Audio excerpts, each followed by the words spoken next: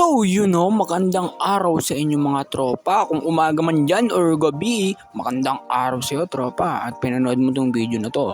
Ngayon ay magluluto tayo ng chicken dish at isang soup dish. So dyan pinakita na ng tropa natin kung paano maghugas ng kamay. Siyempre, paghugas ng kamay ng ating tropa, magsusuot na yan ng PPE. Boom! What a nice transition. Ngayon, magpe-prepare na tayo ng mise en place pare. Unang-una pare, meron tayo ditong mantika. Pagkatapos ng mantika, meron naman tayo ditong asin. Hindi natin lalahat yan tropa, pampalasa lang. Meron din tayo ditong paminta, pampangang. Bibigay din ng lasa yan. Meron din tayo ditong sibuyas. Ganyan lang ginawa ko sa sibuyas. Peng peng peng, peng peng peng peng. At okay na yan. Ilalagay na natin sa platito at iseset aside bro. Sumunod tropa, meron tayo ngayong bawang. Hiniwa-hiwa ko lang yung bawang ng papaganyan Yan, binalatan ko na rin yan. Siyempre, ayaw natin makain na may balat yung bawang natin. Isa na din yung bawang sa magbibigay ng pampalasa sa ating manok habang ito'y ginigisa mamaya. Hiniwa-hiwa ko lang yan ng pagkaganyan, tropa.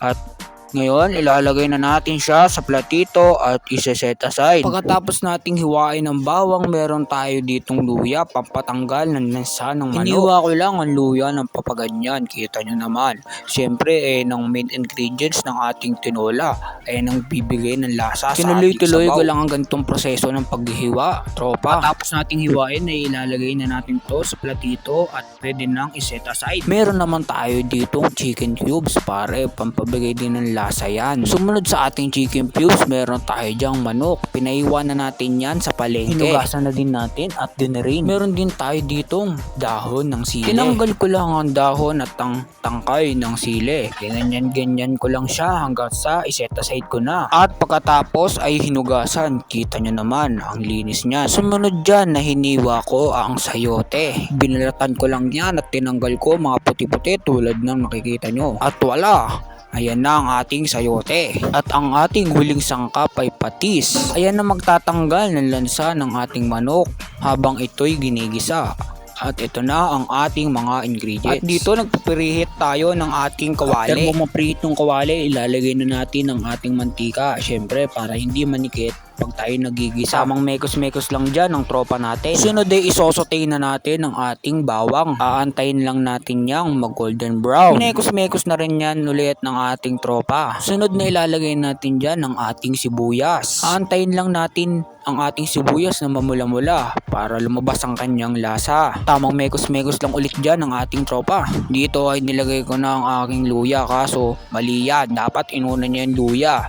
Alam nyo yung tinola, bakit di mo inuuna? Unahin mo yung sarili mo, tropa. Pagkatapos mong mag-isa ang mga sangkap, isunod mo na ang manok. Siyempre, lalagay mo yung manok. Wala nga naman walang manok yung tinola mo, kaya nga tinola. Walang katapusan, mekos-mekos na naman ang tropa natin dyan. Kitang-kita nyo naman. Tamang halo-halo lang para lumasa ang mga sangkap. Ito, ilalagay na natin ang ating paminta. Tamang lagay lang dyan ng ating tropa, kita nyo naman. Sumunod na ilalagay ng tropa natin dyan ng patis. Lagi nyo tatandaan na kailangan lutuin yung manok sa patis. Dahil ito ang magtatanggal ng lansa ng ating mga manok. Yan, kita nyo naman, hinahalo na ulit at tinakpan. At ibinuksan at hinalo-halo lang ulit, kita nyo naman. Ganyan lang gagawin natin, babalik-balikan lang natin hanggang sa maging okay na ang ating manok. Panuotin lang natin ang mga kasangkap sa ating manok para mas lalo itong maging masarap. Ngayon, pag nakita nyo ng okay, ay ilagay na natin ang sayote. Nang magbibigay din ng healthy sa ating tinola. Di ba nga meron tayong kasabihan na pag kumain tayo ng gulay, hahabang ating buhay. Ganyan naman dyan, nilalagyan na ng tropa natin ng sabaw. Siyempre, tinola yan, may sabaw yan. O baka magtaka kayo na bakit ang dami ng sabaw. Siyempre, trip ko yan, huwag kayong mga ilam. Joke lang, marami talaga kami sa bahay. Dito, ilalagay na din natin ng Knorr cubes. Isa na din yan sa magbibigay ng pampalasa sa ating sabaw. Ngayon ay babalik-balikan lang ulit natin yan. Tamang balik-balik lang tayo dyan at halo-halo. Siyempre, wag nung kalimutan tikman para dagdagan ng lasa kung ito'y matabang. Sa buhay, kailangan madiskarte tayo para umasenso tayo. Mind your own business, ika nga. Biro lang yon. I-check mo din ang iyong sayote kung ito'y malambot na o hindi pa. Kung sa tingin mong okay ng iyong sayote, ilagay mo na ang huling sangkap na dahon ng sili. Pagkatapos nyan ay okay na ang iyong tinola. Tikman mo lang ulit kung ayos na at proceed na tayo sa plating.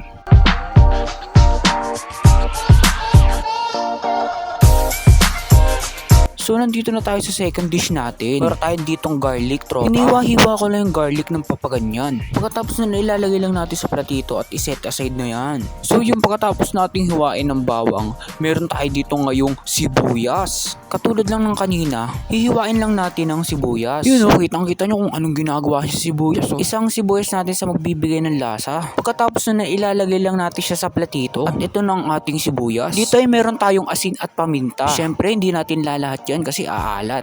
Kita nyo naman ang dami yan, tsaka ng paminta. Siyempre, hindi mawawala sa sopas natin ang gatas. Yan ang Alaska Evaporada, tropa. Siyempre, maganda yung gatas sa pampatibay ng ating mga buto, tropa. Siyempre, hindi din mawawala dyan ng hotdog sa ating sopas, tropa. Hiwa ko lang napapaganyan ang ating hotdog. Sa sopas, gusto ko talaga yung may hotdog. Alam mo yun, ang sarap niya habang kinakain sa sopas. Pagkatapos mong hiwain, ilagay mo lang to sa plato at iset aside, tropa. Siyempre, di din mawawala sa sopas natin ng keso, pare. Isa din niyang magbibigay ng creaminess sa ating sopas. Di din mawawala dyan ng mantikilya, tropa. Kaya na magbibigay kasi ng kulay sa ating sabaw. Siyempre, di mawawala dyan ng macaroni, tropa. And ang main ingredients ng sopas natin, ang macaroni. Dapat di yan mawala. O baka may magtaka dyan na bakit may celery yung sopas ko. Bakit ba gusto ko ng celery sa sopas ko After kong mahiwa, inilagay ko lang yan sa bowl at sinet aside. Siyempre sa sopas, di mawawala yung mga gulay. Tulad nga ng sinabi ko kanina, haba daw ang ating buhay dyan. Yung gulay ko pala dyan, nabili lang sa palengke na hiwa-hiwa na at hinugasan ko na. At yan, nalinisan ko na yung manok na yan, na hiwa-hiwa na nabili sa palengke. Yan ang lahat ng aking ingredients. Proceed na tayo sa pagluluto. Dito ay ilalagay ko muna ang margarine. Kitang-kita mo dyan, nilalagay niya na yung margarine. Margarine. Nasaan kaya ang akin? Biro lang. Ito na naman siya, mekos na naman yan. Dito ilalagay ko na ang bawang. Isosote lang ulit natin ang bawang sa ating mantigilya. Mekos. Tayin lang ulit natin mag golden brown, tropa. Pag okay na, ilalagay na natin ang ating sibuyas. Aantayin lang natin to ulit mamula-mula at lumabas ang lasa. Pagkatapos niyan ay mekos lang ulit ng tropa natin yan. Pag nagisa mo na ay pwede mo nang ilagay ang ating manok. O baka may magsabi dyan na mas maganda raw ang chicken broth. Mabilisan ko lang din kasi itong niluto, kaya madalian na. Anong oras na kasi yan? Baka mahuli pa sa hapunan. Dito nilagay ko na yung pampalasa tulad ng paminta. Syempre tulad nga ng sinabi ko kanina, hindi ko ilalahat yan. Syempre baka umanghang yan. Sunod na nilagay ko dito ang asin para magkaroon ng lasa ang ating mga manok. Pag nalagay na natin ng mga sangkap, antayin lang natin manuot ng lasa ng mga sangkap sa manok. Kita niya naman dyan na binabalik-balikan lang yan ng tropa natin. Kita niya naman nanunuot na yung manok at hindi pa luto yung manok. Kaya medyo dinagdagan ko ito ng konting tubig para mas maluto pa. Diba? Walang katapusan pag check ng ating niluluto yan, tropa. Siyempre ayaw naman nating sunog yung niluto natin, diba? Patient lang sa lahat ng bagay, siyempre. Kapag pinaghihirapan mo lahat ng bagay, aasenso ka sa buhay. Dito sa tingin ko okay na yung manok, kaya isinunod ko na yung hotdog. Okay, wala na naman katapusang mekos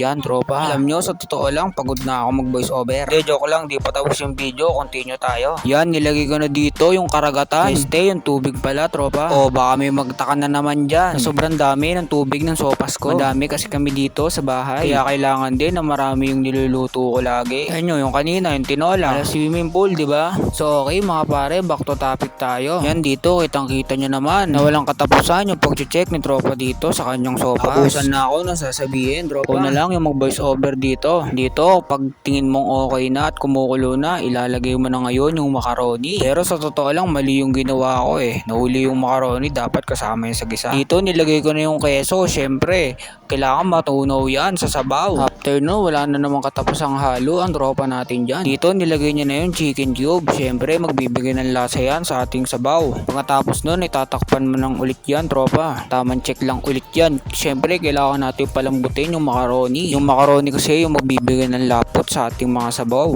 Makikita nyo yan mamaya. Pabalik-balik, hanggang sa maging okay na ang ating sopas. Lagi nyo lang tatandaan, honesty is the best policy, tropa. Pag sa tingin nyo ng malambot ng macaroni, ilagay mo na ngayon yung ating mga gulay tulad ng celery. Isunod mo na din dyan ang isa sa pampahaba ng buhay, ang ating gulay. Patapos nun, konting mekos na lang yan, tropa. Sunod na ilalagay mo dyan pag okay na mga gulay. Ilagay na natin ang ating gatas na pampalakas ng buto. Ang Alaska Evaporada. Mukha na siyang sopas. Sarap niyan, tropa. Konting papakulo na lang yan at okay na ang ating sopas, tropa. Dito, naglagay na lang ako ng konting asin kasi matawang Yan, tapos na ang ating sopas. Proceed na tayo sa plating.